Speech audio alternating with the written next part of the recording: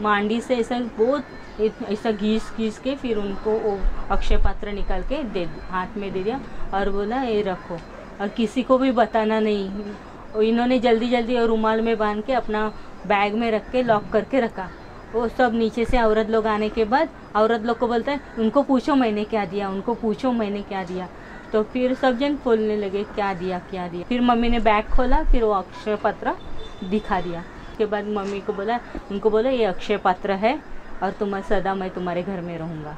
सदानंद वैभवा मैंने तुम्हारे योई भवा, सदानंद वैभवा मैंने तुम्हारे योई भवा, सदानंद वैभवा मैंने तुम्हारे योई। सुलोचना गणपत संते, उम्र 69। मेरे को एक छोकरी आया बाजू का, वो बोलने लगे का उधर चुनाभट्टी बाबा का मंदिर शिक्षा नगर मध्ये राहत होती।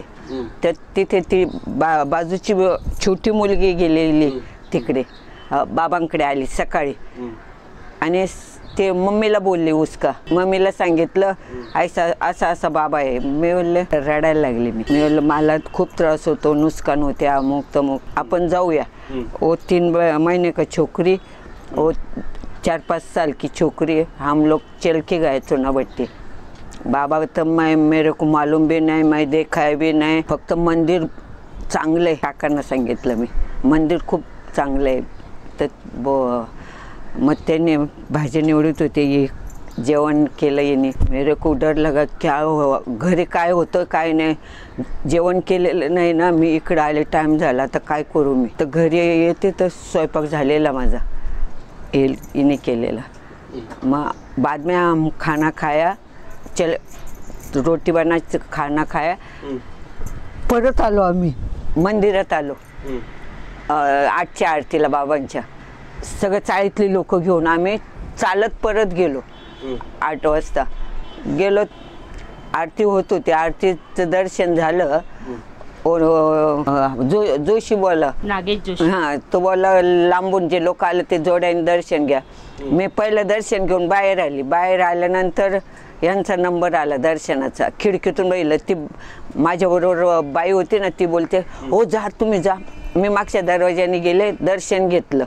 मी दर्शन घेतलं, मी काय म्हणजे याच्यात नव्हते, तंत्रीत नव्हते, म्हणजे असं घेतलं दर्शन, उठली पटकन। वो दर्शन लेता था, बाबा बोलता है, मैं 2-4 शब्द बोला बाबा को, ऐसा ऐसा घर में होता है मेरा, बहुत कंडीशन बैक। बाबा कुछ नहीं मेरे को बोला। मग रात को वही दिन मेरे को स्वप्न में आया का 2 महिन्यांनी मी तुला सांगतो। मग 2 महिन्यांनी मला सांगे नारळ दिला बाबांनी, म्हणजे असा पूजेला। नंतर तो नारळ तर काय प्रतीक्षा नगरमध्ये उंदीर मामा ना, तर उदबत्तीन लागून तो जळाला, तरी आम्ही बाबांना नाही सांगितलं। हां, दुसरं पण नंतर दुसरा दिला बाबांनी। मग मी दुसरा नारळ बाबांना दाखवला, पेढे नारळ घेऊन गेली। दुपारच्या वेळेस बाबांना बोलले बाबा माझा नारळ फुटला। तर बाबा काहीच बोलले नाही माझ्याशी, काहीच नाही। मी बोलले जेवण झाल्यानंतर दुपारी बाबा असे धोतर घेऊन आले, ए कोणाचा नारळ फुटला। मी उभी राहिली, माझा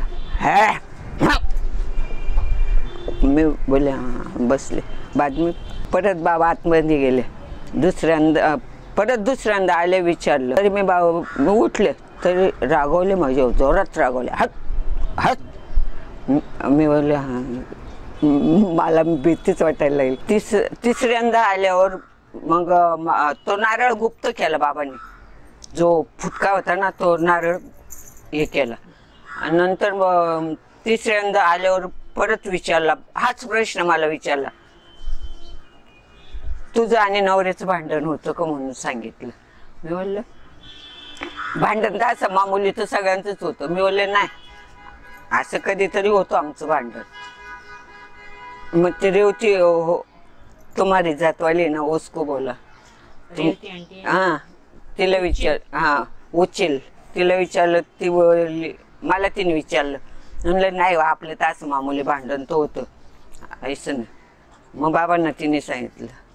मग बाबांनी मांडीतून नारळ काढून दिला सगळं समक्ष दिलं, म्हणजे तू नव्हती वाटत त्यावेळेस. नारळ हे नारळ दिया बाबाने. काय सांगितलंय बाबा? हे नारळ दिला, पूजा कर बोलले, बाकी काय नाही बोलले. सुलोचना गणपत संते, 69 इनका उम्र है और ये 79 से मंदिर आ रहे हैं. इनको मंदिर आने के लिए कारण इनका परिस्थिति बहुत बिकट था. दूसरी बात तो इनको बहुत तकलीफ थी घर में. तो उनके पड़ोस में एक औरत रहती थी. हम लोग पहले सायन प्रतीक्षा नगर में रहते थे, तो उधर हम लोग चौल में रहते थे. चौल में रहने के टाइम हमारे बाजू में एक औरत रहती थी, उनका बच्चा 5 साल का, वो दत्त जयंती के लिए मंदिर गए. मंदिर जाने के बाद वो बच्चे ने सिर्फ मंदिर देखा, बाबा जी को देखे थे दोपहर के आरती में. तो वो घर में आके मम्मी को बोले कि उधर के बाबा जी बहुत सुंदर है, ऐसे हैं वैसे. तो 4 दिन के बाद उसकी मम्मी जाके उनके घर में बैठी थी, तो मम्मी को अपना घर का दुख उनको बोल रही थी. तभी वो औरत बोली, मेरी बेटी गई थी वो मंदिर में, उधर बहुत अच्छे दत्ता का मंदिर है, उधर कोई बाबा जी आए हैं, चलो हम लोग उधर जाके देखेंगे. तो मम्मी और वो औरत और उनका 5 साल का बच्चा, और जिसने जो मंदिर देखा था, क्योंकि बच्चे ने चल के मंदिर देखा था, गाड़ी से कौन से वाहन से नहीं, तो वो चल के वो बच्चा और वो 5 साल का बच्चा और उनको दूसरा बेटी था 3 महीने का, वो 4 जन वापस अपने चल के मंदिर तक आए. मंदिर तक आने के बाद बाबा जी को देखा नहीं था. बाबा जी उठ के अंदर अपने रूम में गए थे. फिर दत्ता का आरती चालू गया. उधर जयश्री लोंडे करके एक भक्त है अपना बाबा का, वो बैठी थी. तो उन्होंने फिर हमारा वो पड़ोसी औरत ने उनसे बात की बाबा जी के बारे में. तो बाबा जी के बारे में उन्होंने महिमा बोला थोड़ा. फिर उनके बाद मम्मी ने तो बाबा को देखा ही नहीं, सिर्फ मंदिर देखा है. और एक तो हम लोग बच्चे लोग छोटे थे घर में, और हमारे पापा का उपवास था, थर्सडे था, तो उनका उपवास था. हम लोग खाना बनाने का हमको आता नहीं था, कुछ भी नहीं. तो उनको टेंशन था, अभी उनका उपवास है, घर में कुछ बना के नहीं गई हूँ मैं, अभी घर में जाके क्या होगा मुझे मालूम नहीं. उनका पहला अनुभव है कि घर में आके सब कुछ रेडी हो गया था. खाना जो उसका बच्चा स्टोव नहीं जला सकता था, उसने पूरा खाना बना दिया. जब भी मैं 8-9 साल की होगी, जब भी मैंने फर्स्ट टाइम खाना बनाया, और मेरे पापा भाजी साफ़ कर रहे थे, मेथी का भाजी साफ़ कर रहे थे. और फिर मम्मी आके सिर्फ इतना ही बोली कि उधर का मंदिर बहुत सुंदर है. बाबा को देखा ही नहीं है, सिर्फ मंदिर देखा था. उधर मंदिर बहुत सुंदर है, हम लोग जाएंगे. तो फटाफट उन लोग ने खाना बना लिए, खाना खाए, और वापस पूरा चौल के हम लोग के जो थे भक्त लोग भी दूसरे भी थे, वो और वो औरत वापस मंदिर गए. तभी बाबा बैठे थे भजन में. तभी सब जन भजन हो गया, आरती हो गया, सब जन दर्शन करके निकल गए. मम्मी भी बाहर आ गई. तभी वो नागेश जोशी थे, उन्होंने कहा कि जो दूर से आए हैं उन्होंने जोड़ी से नमस्कार करो. तो फिर मम्मी और पापा का नंबर आया बाबा का दर्शन के लिए. तो हमारा वो पड़ोस से औरत बोले, जाओ, उन्होंने बोला है कि जो दूर से है उनको जोड़े ने नमस्कार करना है. तो मम्मी जल्दी जाके नमस्कार कर पापा के साथ नमस्कार किया. खड़ा होके मम्मी ने जल्दी खड़ा होके, पापा तो पाँव में पकड़ के बैठ गए. फिर बाबा उसको हाथ से किए कि ये तुम्हारा हस्बैंड है क्या. तो मम्मी ने हाँ बोला.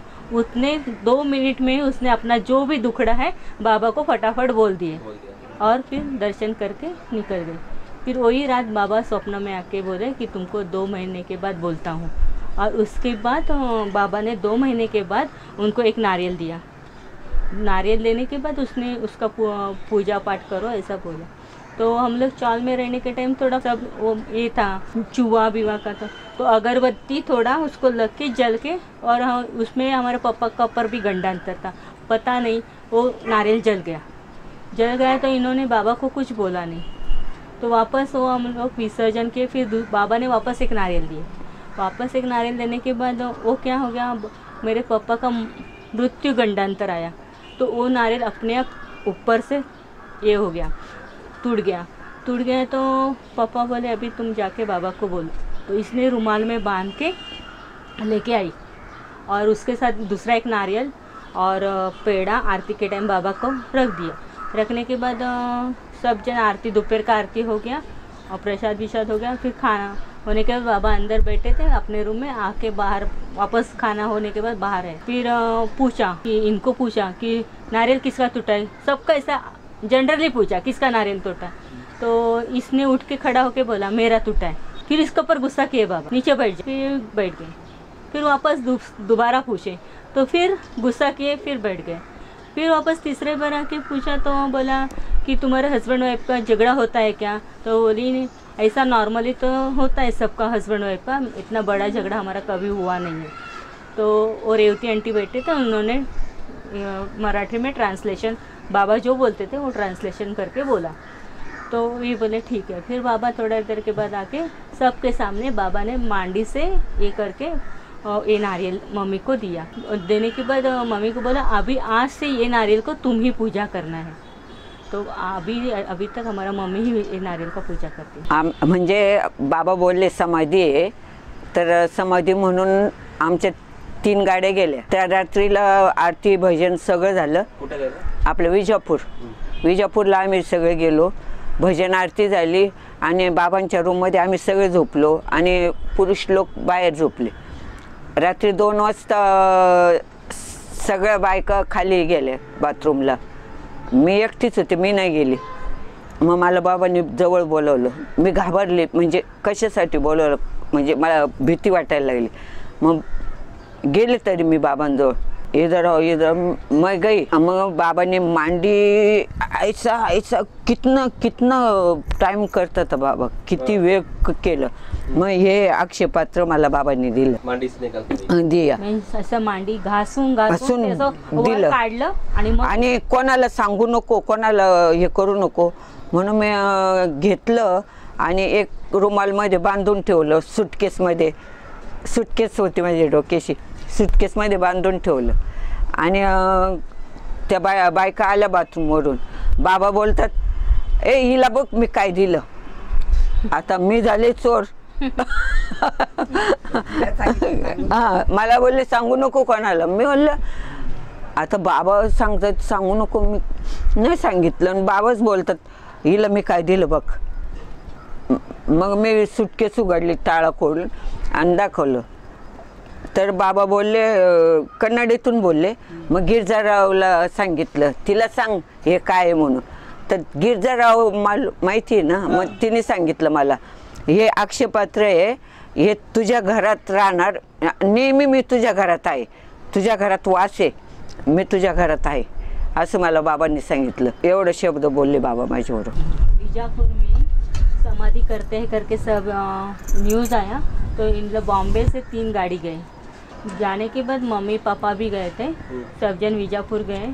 उधर भजन आरती होने के बाद, प्रसाद होने के बाद सब जन सोने के लिए गए। तो बाबा का रूम है ऊपर, उधर बाबा का रूम में औरत लोग और बाहर के साइड में जेंट्स को सुलाया था। तो रात को 2 बजे सब औरत लोग नीचे बाथरूम के लिए गए। फिर मम्मी अकेली बैठी थी, बाबा ने नज़दीक मम्मी को बुलाया, उनको बोले इधर आओ। तो मम्मी डर गई, क्या हुआ करके, अभी क्या हुआ। तो आके फिर मम्मी खड़ी हो गई तो मांडी से ऐसा घीस के फिर उनको वो अक्षय पात्र निकाल के हाथ में दे दिया और बोला ये रखो, और किसी को भी बताना नहीं।